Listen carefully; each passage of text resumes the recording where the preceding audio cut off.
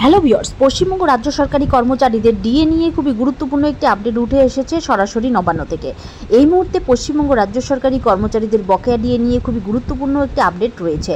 তাই ভিডিওটি মাঝে থেকে কোথাও এক সেকেন্ড স্কিপ না করে প্রথম থেকে শেষ পর্যন্ত অবশ্যই দেখুন। চ্যানেলে প্রথমবার হয়ে থাকলে অবশ্যই চ্যানেলটিকে সাবস্ক্রাইব করে নোটিফিকেশন বেলটি অন করে রাখুন এরকম লেটেস্ট ডিএ সংক্রান্ত খবর সবার আগে পাওয়ার জন্য। আর অলরেডি যারা চ্যানেলটিকে সাবস্ক্রাইব করে রেখেছেন তাদেরকে জানাই অসংখ্য ধন্যবাদ।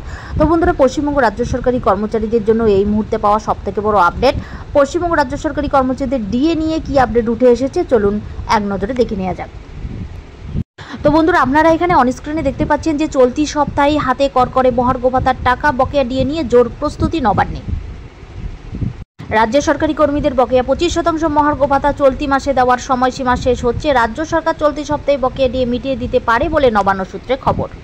রাজ্য সরকারি কর্মীদের বকেয়া 25% মহার্ঘ ভাতা চলতি মাসে দেওয়ার সময়সীমা শেষ হচ্ছে। রাজ্য সরকার চলতি সপ্তাহে বকেয়া ডিএ মিটিয়ে দিতে পারে বলে নবান্ন সূত্রের খবর।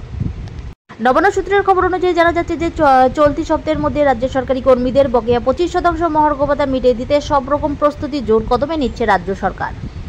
নবান্ন সূত্রের খবর, 2-1 দিনের মধ্যেই ডিএ সংক্রান্ত বিজ্ঞপ্তি জারি করতে পারে, তারই প্রস্তুতি শুরু হয়েছে। এক নজরে দেখুন রাজ্য সরকার কি প্রস্তুতি শুরু করেছে। বকেয়া মেটানোর জন্য প্রয়োজনীয় বিপুল পরিমাণ অর্থ জোগাড়ের কাজ শুরু করেছে। ইতিমধ্যেই রাজ্য সরকার 8,000 কোটি টাকা ঋণ করেছে, বাকি রয়েছে 2,000 কোটি টাকা। অর্থ দপ্তরের সবুজ সংকেত পেলেই নবান্ন থেকে ডিএ সংক্রান্ত বিজ্ঞপ্তি জারি করা হতে পারে। নবান্ন সূত্রের খবর, এখনো পর্যন্ত যা পরিস্থিতি তাতে নবান্ন সরকারি কর্মীদের 2 ভাগে ডিএ বা মহার্ঘ ভাতা দিতে পারে। সব ক্ষেত্রেই জোরদার প্রস্তুতি তুঙ্গে। সূত্রের খবর, রাজ্য সরকার কর্মরত সরকারি কর্মীদের বকেয়া ডিএর 25%-এর 80% তাদের বেতন অ্যাকাউন্টে সরাসরি জমা দেবে, বাকি 20% প্রভিডেন্ট ফান্ড অ্যাকাউন্টে জমা দেবে।